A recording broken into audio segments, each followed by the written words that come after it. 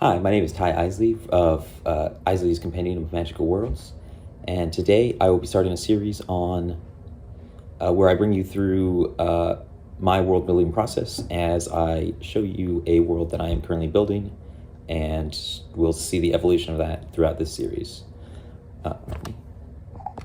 The first step of world building is our idea or inspiration that we have for this world. So first, we're going to come up with just a cool idea. Usually is what I do. I come up with a cool idea for what world I want to build, and I just kind of go from there. So today, my idea was stacked rings of worlds, basically. So instead of a global world, it's going to be 5 rings stacked on top of each other, and it's going to be filled with dragons, basically. We have to remember that we are creating a story. Even though this is the world building part, there's no point in world building unless we're actually crafting a story for the world, whether that be a role-play game or a book or something else. My background is mostly role-play games. I've done Dungeons and Dragons for several years, DM, player, everything. But my favorite part is world building. So first we have to decide whether we want a high or low concept story. So basically what a high concept is that it is driven by the concept, and a low concept is driven more by characters. My world is kind of a what if there was 5 rings stacked on top of each other instead of a global world.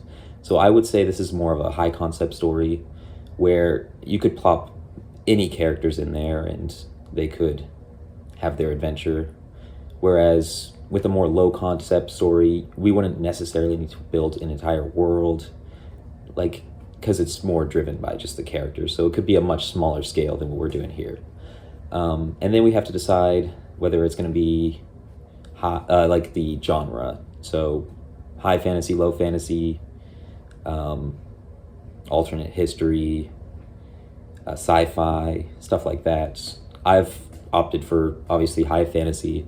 This is a very magical world with magical beings, and magic is used in everyday life. It's seen in everyday life of the people.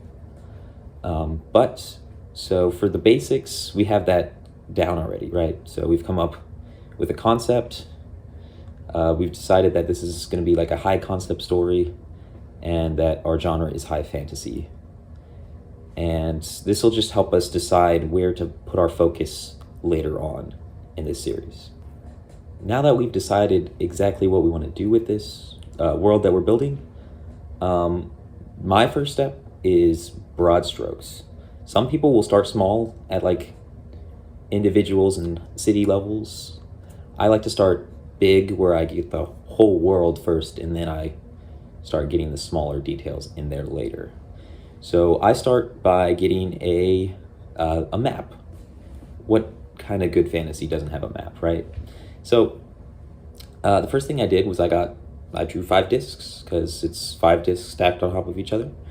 So, and then I came up with a concept for each individual disc. I have a disc that is completely made up of water, one that is like a pretty normal grasslands, hills, forests, and mountains. I have one that is just completely underground, so it's just caverns, rock, and minerals and stuff.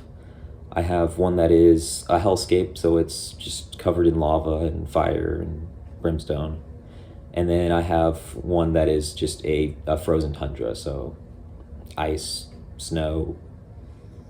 Those last 2 are basically unlivable, but the other 3 I will have a population in. I then considered how people would travel, because these are like stacked on top of each other. I considered how people would travel, and I decided there's just going to be something at the center that they travel to each different layer. I'll figure more about. That's a pending concept right now. I also decided that certain dragons would be able to fly between the different discs, because they are just all like floating. They're all just suspended in midair, and it's all breathable air, even outside of the discs. So dragons can travel betwixt them. And I also decided that there would also be people harnessing dragons' powers. So like, think Thumberchod from Dungeons and Dragons to make like steel and steam energy. So I decided that I'd also have some people who have developed steam-powered zeppelins that can travel between the discs themselves. And so that is what I have for the inspiration and broad strokes right now. And we will go from there.